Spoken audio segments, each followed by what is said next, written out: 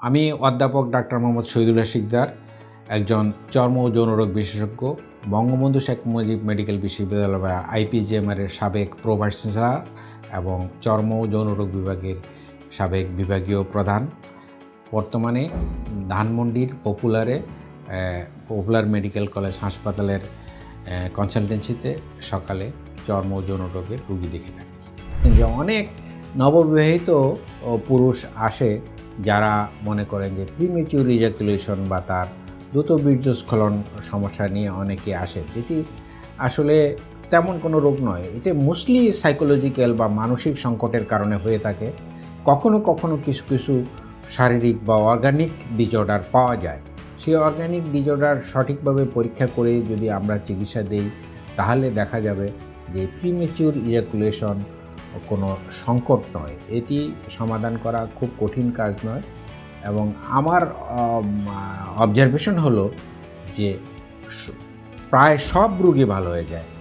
এটি শুনতে অ্যাডভার্টাইজমেন্টের মতো অনেক সময় মনে হতে পারে, কিন্তু আমি বলছি যে শতভাগ রোগী ভালো হয়ে যায়।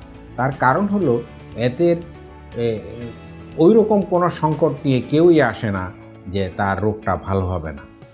তাহলে দরকার হলো সঠিক চিকিৎসা করা। সেইখানে কিছু পরীক্ষা নিরীক্ষা করে যদি সঠিকভাবে রোগটা নির্ণয় করে আমরা ওষুধ দিতে পারি তাহলে এই প্রিমেচিউর ইজাকুলেশনের সব রোগী ভালো হয়ে যাবে, সুস্থ জীবনযাপন করতে পারবে, হতাশ হওয়ার কোনো কারণ নেই। অনেকের আর্লি ডিভোর্স হয়ে যায় এবং এটি মিসআন্ডারস্ট্যান্ডিংয়ের জন্যই ডিভোর্সটা হয়ে যায়। এটির কোনো সঙ্গত কোনো কারণ নেই।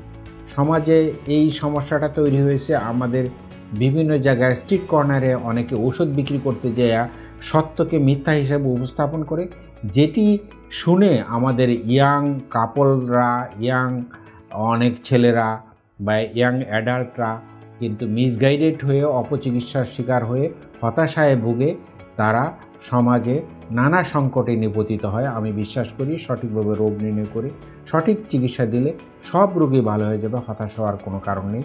সবাইকে আমি ভালো থাকার আশাবাদ ব্যক্ত করে সবাইকে ধন্যবাদ জানিয়ে আমার কথা শেষ করছি।